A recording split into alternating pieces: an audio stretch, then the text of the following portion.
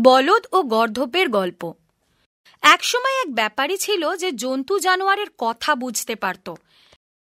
একদিনও একটা বলদ ও গাধাকে কথা বলতে শুনল। দেখো আমার বন্ধু, তুমি খুব ভাগ্যবান। তোমার কাজও কম, আর তুমি ভালো খেতে পাও, আর পরিষ্কার জায়গায় থাকো। আমি এত খাটি, তবু শুকনো জাবর কাটি। আমার খাটালটাও একদম পরিষ্কার না। বলদের চোখ থেকে জল গড়িয়ে পড়ল। আহারে, কি দুঃখ গো তোমার।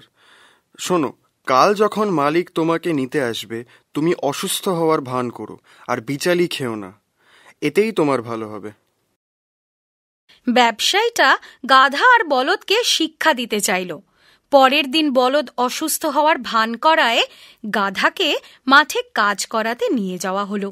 গাধা দিনের শেষে খুব পরিশ্রান্ত হয়ে গেল।